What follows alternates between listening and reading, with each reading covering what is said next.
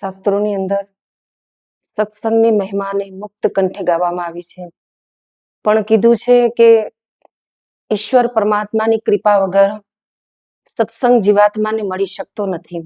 અને શાસ્ત્રોએ એનું પ્રમાણ આપ્યું છે. રામચરિતમાનસની અંદર સંત શિરોમણી તુલસીદાસ મહારાજ લખે છે, સત્સંગત દૂર લભ સંસારા, સત્સંગત દૂર લભ સંસારા, નિમિષ દંડ ભરીએ કબારા, નિમિષ દંડ ભરીએ કબારા. રામે કૃપા વિનો સુનો ખગરાઈ, રામ કૃપા વિનો સુનો ખગરાઈ, જાને ન જાય રામ પ્રભુતા, જાને ન જાય રામ પ્રભુતા.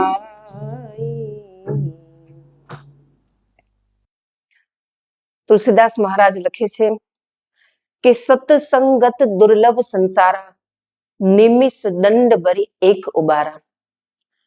કે જીવાત્માને એક ક્ષણનો સત્સંગ મળવો પણ દુર્લભ છે. અને એ દુર્લભ સત્સંગ કીધું કે રામ કૃપા બિન સુનો ખગરાઈ, કે ભગવાનની કૃપા વગર જીવાત્માને મળતો નથી. પણ જ્યારે જીવનમાં સત્સંગ મળે છે પરમાત્મા ઈશ્વરની કૃપાથી, કે સત્સંગના માધ્યમથી જ જીવાત્મા ભગવાનની કૃપાને, એની લીલાને સમજી શકે છે. કૃપા વગર મનુષ્ય ભગવાનની લીલાને પણ જાણી શકતો નથી કે સમજી શકતો નથી. અને કીધું કે જેને સત્સંગ પ્રત્યે પ્રેમ હોય છે એને જ પ્રભુ પ્રત્યે પ્રેમ હોય છે. કેમ કે સત્સંગ એ પ્રભુ પ્રેમની નિશાની છે.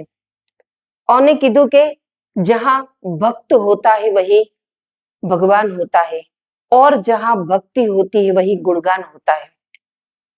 કે ભગવાનની મહિમાને કોણ ગાઈ શકે અને કોણ સાંભળી શકે?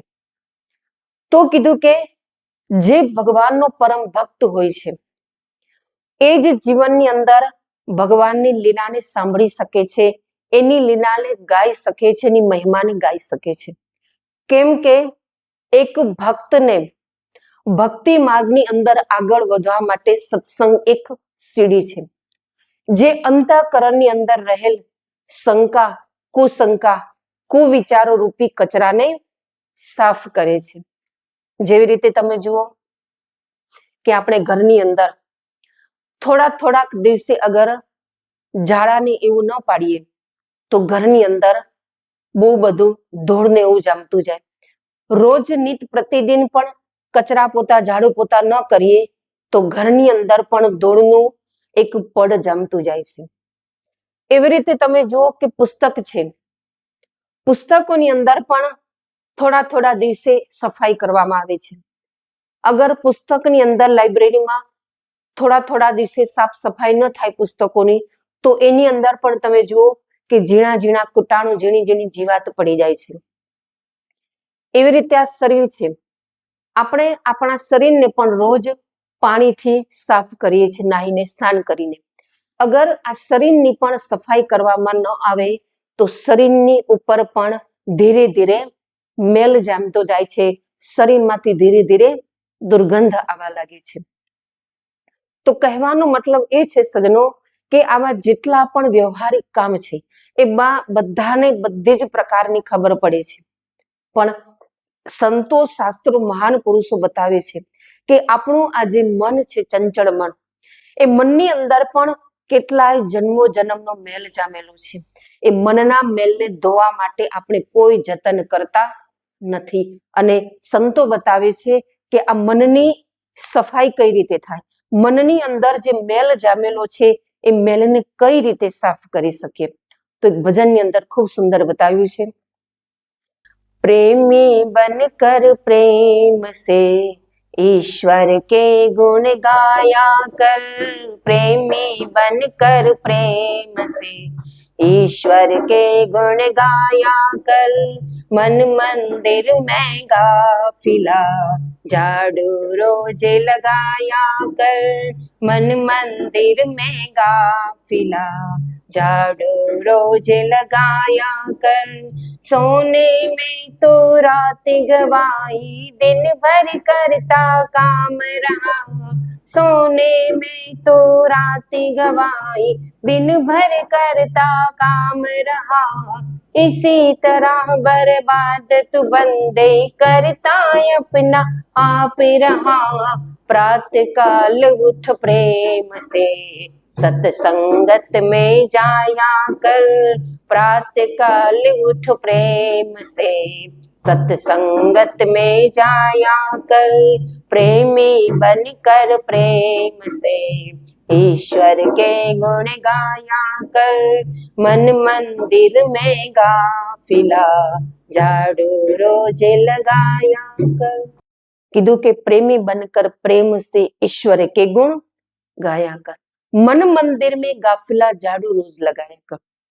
संतो बतावे छे કે જ્યાં સુધી આ મનની અંદર હૃદયની અંદર કામ ક્રોધ લોભ મોહ અહંકાર રાગ દ્વેષ ઈર્ષા રૂપી જ્યાં સુધી આની અંદર કચરો ભરેલો છે ત્યાં સુધી એક જીવાત્મા ક્યારે પણ ભગવાનનો ભક્ત બની શકતો નથી। ભગવાનના ભક્ત બનવા માટે ઈશ્વર સુધી પહોંચવા માટે સૌથી પહેલા મનની અને હૃદયની સફાઈ કરવી પડે છે। અને આ જ વાતને ભગવાન શ્રી રામચંદ્રજી પણ લક્ષ્મણજીને સમજાવતા કહે છે, જેનું વર્ણન તુલસીદાસ મહારાજે કર્યું છે। નિર્મલ મન જન સો મોહે પાવા, निर्मल मन जन सो मोहे पावा, मोहे कपट छल छिद्रन भावा, मोहे कपट छल छिद्रन भावा। भगवान श्री राम लक्ष्मण जी ने समझावता कहे छे कि हे लक्ष्मण जी, निर्मल मन जन सो मोहे पावा, कि हे लक्ष्मण मने छळ अने कपट बिल्कुल सारू लागतुं नथी। जेना हृदयनी अंदर लेस मात्र पण छळ कपट नथी, ए जीव मने मारा प्राणोथी पण प्यारो छे अने ए ज मारो साचो भक्त छे। केम के सजनो, भगवानना भक्त बनवा माटे हृदयने अंतःकरणने शुद्ध करवो पड़े छे। शंका कुशंका कुविचारो रूपी कचराने साफ करवो पड़े छे। अने त्यारबाद जीवात्मा ज्यारे मन निर्मल थई जाय छे, हृदय पवित्र थई जाय छे, पछी कीधुं के हृदयनी अंदर ईश्वरने प्रगट थता वार लागती नथी। अने सजनो, जेने भगवान प्रत्ये ईश्वर प्रत्ये गुरु महाराज प्रत्ये प्रेम थई जाय छे, पछी एने संसारनी माया तुच्छ लागे छे, संसार एने तुच्छ लागे छे।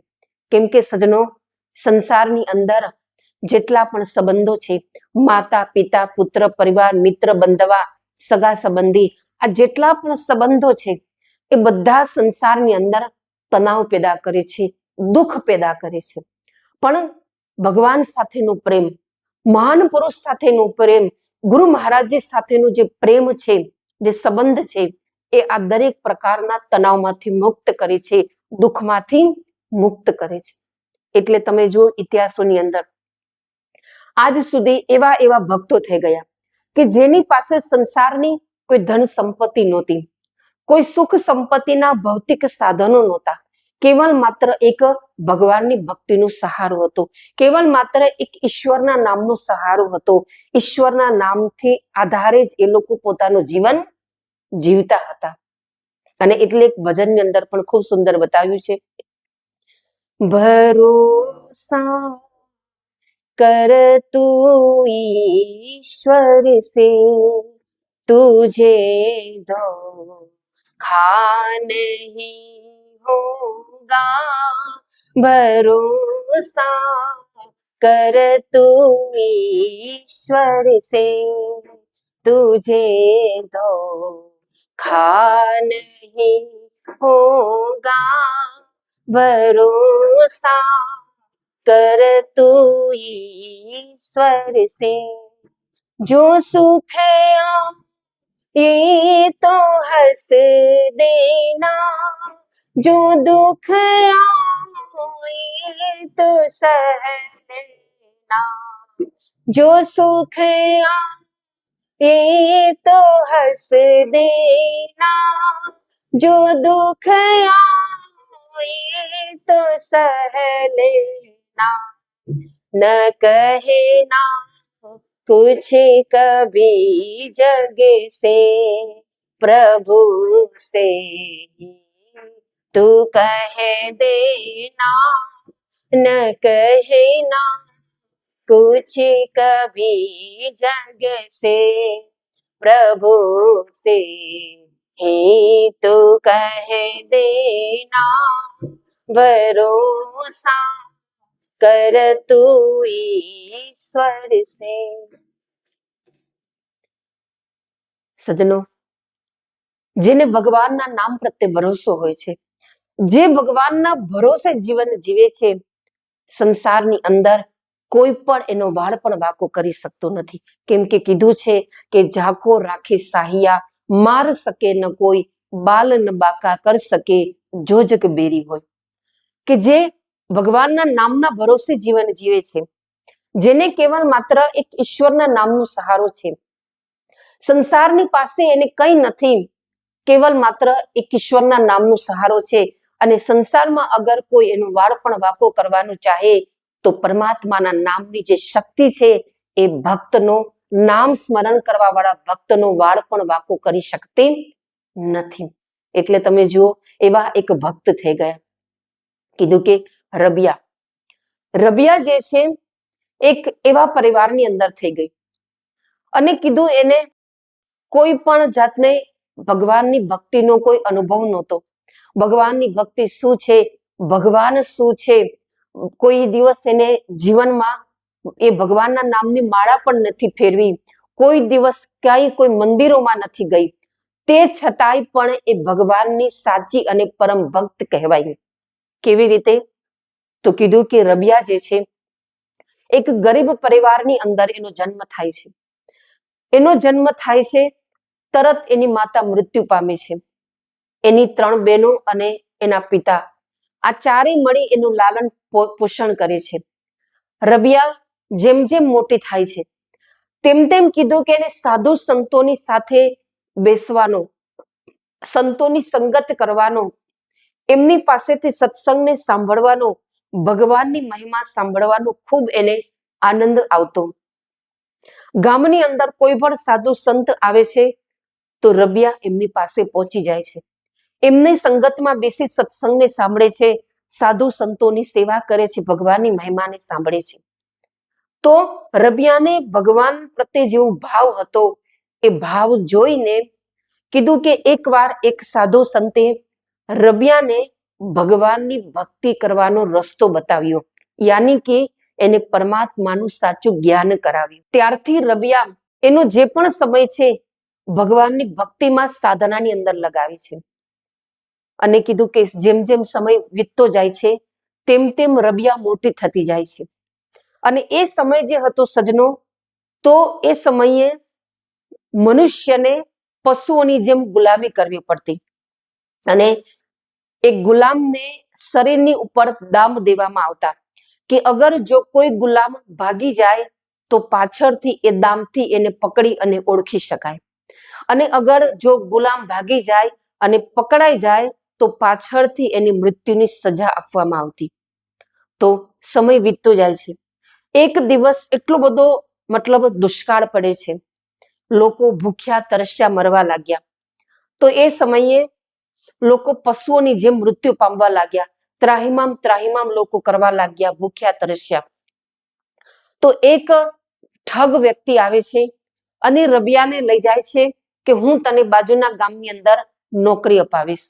નોકરીનું બાનું કરીને લઈ જાય છે અને બાજુના ગામની અંદર જઈ એક અમીર વ્યક્તિને રબિયાને વેચી નાખે છે અમુક પૈસામાં. હવે રબિયાને ખરીદનાર જે વ્યક્તિ હતો એ અમીર તો હતો જ, પણ સાથે સાથે એક કામી વ્યક્તિ પણ હતો. રબિયાને ખરીદીને લઈ જાય છે, એના ઘરની અંદર ગુલામ તરીકે રાખે છે અને રબિયા ગુલામી તરીકે એ વ્યક્તિના ઘરનું બધું જ કામ કરે છે. એ વ્યક્તિ જે છે રબિયાને એટલો ત્રાસ આપે છે, ગાળોનો વરસાદ વરસાવે છે, એ વાત તો અલગ, પણ સાથે સાથે એ રબિયાની મારપીટ પણ એટલી કરે છે.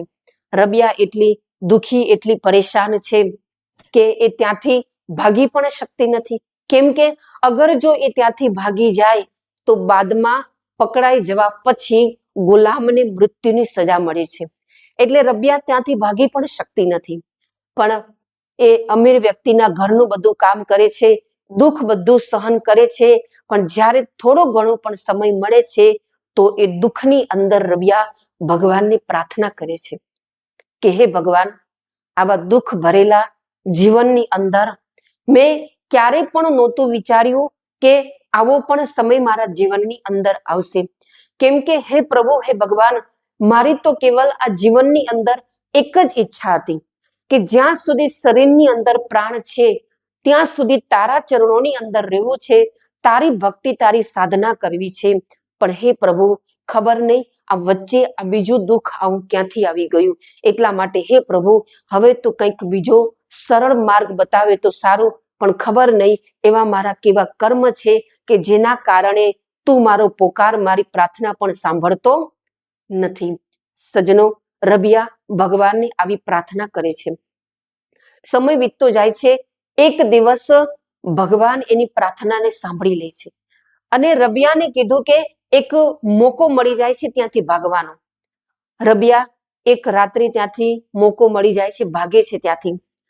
એ અમીર વ્યક્તિના ઘરેથી નીકળી તો જાય છે, પણ અડધી રાત હતી અને અંધારામાં જ્યારે ચાલતા ચાલતા જાય છે, રબિયાને રસ્તામાં અંધારામાં પથ્થરની સાથે ઠોકર વાગે છે અને રબિયા ત્યાં નીચે પડી જાય છે. નીચે પડી જાય છે જેના કારણે એનો એક હાથ ભાંગી જાય છે. ત્યારે રબિયા એક હાથ ભાંગી જવાથી રડવા લાગે છે અને રડતા રડતા ભગવાનને પ્રાર્થના કરે છે. શું પ્રાર્થના કરે છે તો ભજનની અંદર બતાવ્યું છે, રો કર કટે યા હસ કર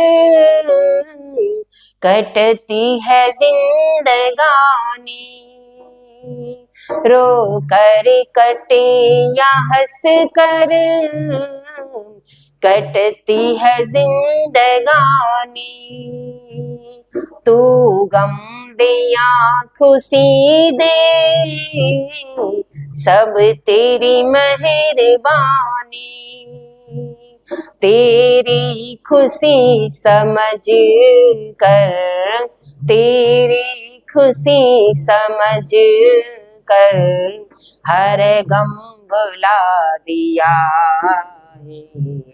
तेरा ही आसरा है, सारे जहां के मालिक, सारे जहां के मालिक, तेरा ही आसरा है, तेरा ही आसरा है, राजी है हम उसी में, राजी है हम उसी में जिसमें तेरी रजा हो, तेरा ही आसरा है, तेरा ही आसरा है.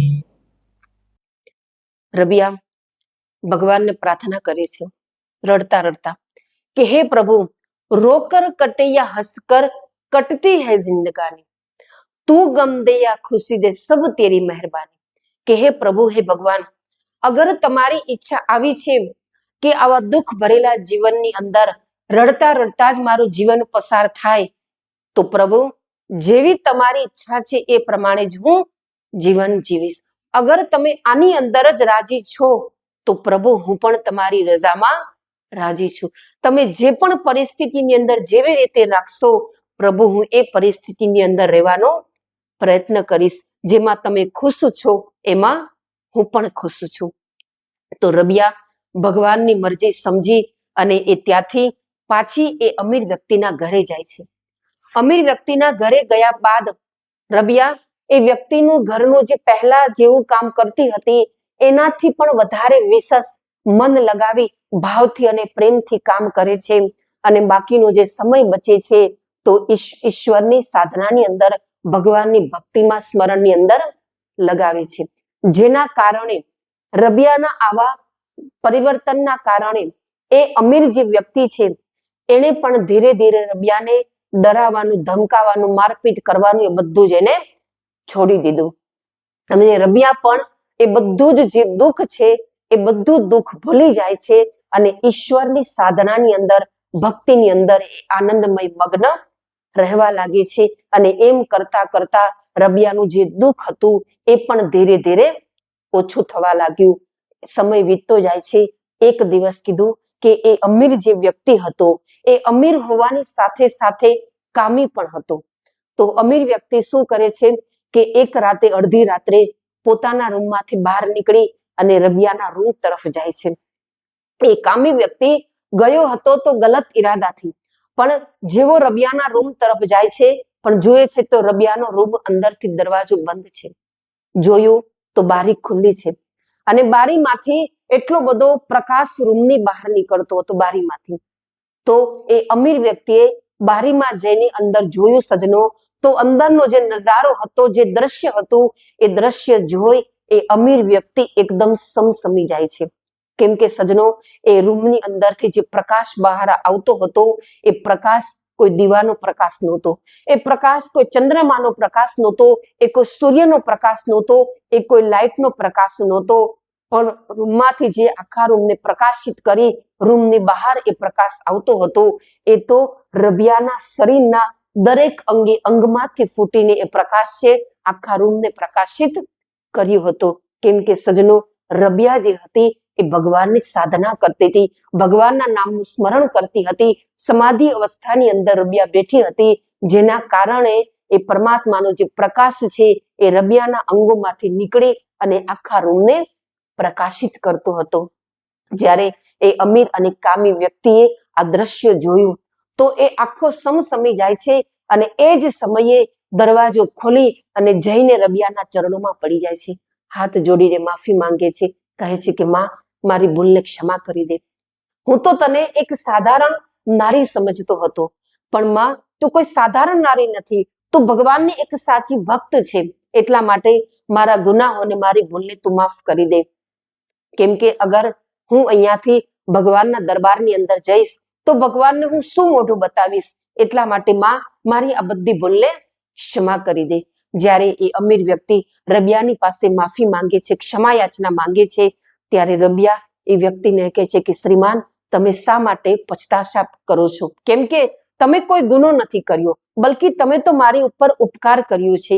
અગર તમે મને તમારા ઘરની અંદર જો રહેવા માટે આશરો ન આપત, તમે મારી ઉપર અગર ઉપકાર ન કરત, તો આજે ખબર નહીં હું ક્યાં ભટકતી હોત અને ખબરની સંસારમાં હોત કે નહીં એ પણ મને નથી ખબર. એટલે તમે કોઈ ગુનો નથી કર્યો, પણ તમે તો મારી ઉપર ઉપકાર જ કર્યો છે. ત્યારે એ વ્યક્તિ કહે છે કે નહીં, મેં તને આજ સુધી ઘણી દુભાવી છે, તને હેરાન પરેશાન કરી છે, ગાળોનો વરસાદ વરસાવ્યો છે, ઘણી પ્રકારથી મેં તને દુખી કરી છે. એટલા માટે મારી ભૂલને ક્ષમા કર અને આજ સુધી તે મારા ઘરનું બધું જ કામ કર્યું છે, મારી સેવા કરી છે, પણ આજે મને તારી સેવા કરવાનો એક મોકો આપ. રબિયા કહે છે કે શ્રીમાન, મને તમારી સેવાની કોઈ જરૂર નથી. પણ એ અમીર વ્યક્તિ ખૂબ જીદ કરે છે, આજીજી કરે છે, કહે છે કે નહીં માં, આજ મને તારી એક સેવા કરવાનો મોકો આપ, નહીતર હું ભગવાનના દરબારમાં શું મોઢું બતાવીશ. ત્યારે રબિયા એ અમીર વ્યક્તિને કહે છે કે હે શ્રીમાન, અગર જો તમારી સેવા કરવી જ હોય તો મારી ઉપર એક ઉપકાર કરો કે મને તમારી જે ગુલામ બનાવીને રાખી છે એ ગુલામીમાંથી મને મુક્ત કરી દો.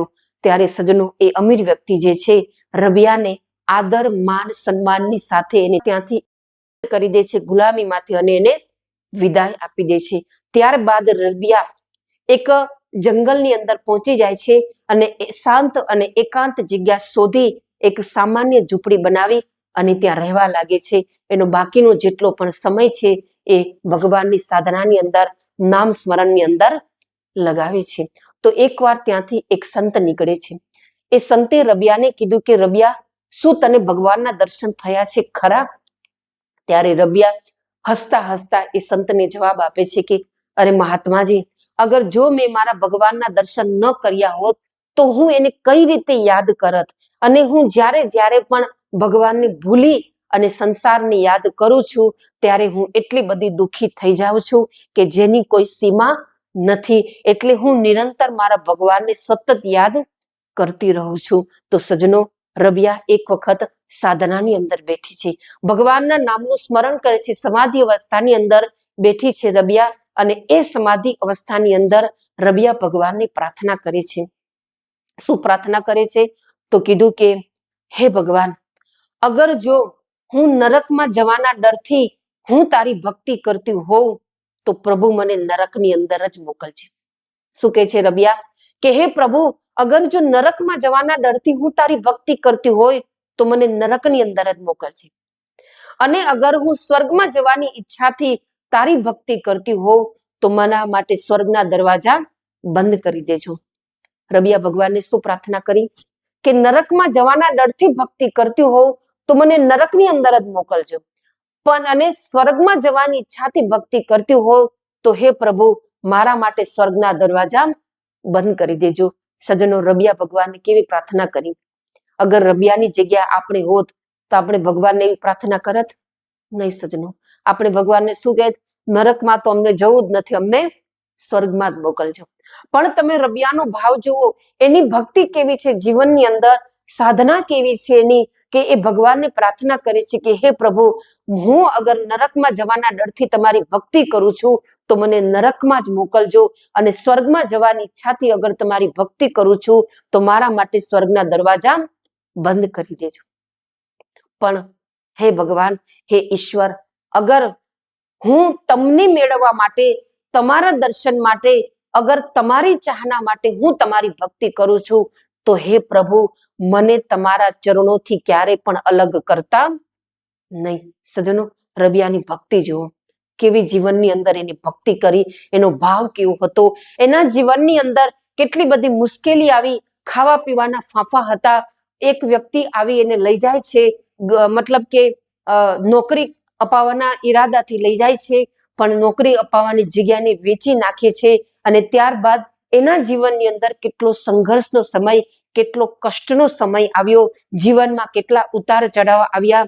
એની પાસે ભૌતિક સુખ સંપત્તિના કોઈ સાધનો નહોતા, કેવલ માત્ર એક ઈશ્વરના નામનો સહારો હતો, અને નામના સહારે એ જીવન જીતી હતી. સજ્જનો, તો રબિયાની પડે પડે ભગવાને એની રક્ષા કરી. એમ સજ્જનો, આપણે પણ સંસારના લોકોની ઉપર વિશ્વાસ નહીં કરીએ, પરિવારના લોકોની ઉપર વિશ્વાસ નહીં કરીએ, કેવલ માત્ર એક ભગવાનની ઉપર, એના નામની ઉપર વિશ્વાસ કરીએ. કેમ કે સજ્જનો, સમાજની ઉપર, પરિવારના લોકોની ઉપર વિશ્વાસ કરીશું તો એ આપણને પડે ને પડે દગો આપશે, ક્યારે વિશ્વાસઘાત કરી દેશે એની આપણને પણ ખબર નહીં પડે. પણ ભગવાનની ઉપર વિશ્વાસ કરીશું સજ્જનો તો આપણી આ જે જીવનરૂપી નૈયા છે એ ચોક્કસ ભગવાન ગુરુ મહારાજજી એ ભવસાગરથી એને પાર કરી દેશે. એટલા માટે સજ્જનો, આપણે જીવનની અંદર એ પરમાત્માનું જે સાચું નામ છે એને જાણવાનો પ્રયત્ન કરીએ. અને એ જે સાચું નામ છે એ આ સમયની અંદર અમારા શ્રી ગુરુ મહારાજજી આનંદ કંદ સદગુરુદેવ શ્રી સતપાલજી મહારાજ આ સમયની અંદર એ સાચા નામનું જ્ઞાન કરાવી રહ્યા છે. તો જેને પણ ઈચ્છા હોય એ અમારા માનવ ધર્મ આશ્રમની અંદર આવી અને આ પરમાત્માના સાચા નામને જાણી અને જીવનની અંદર નામ સ્મરણ, ભક્તિ, ભજન, સાધના કરી અને પોતાના જીવનને મહાન બનાવી શકે છે.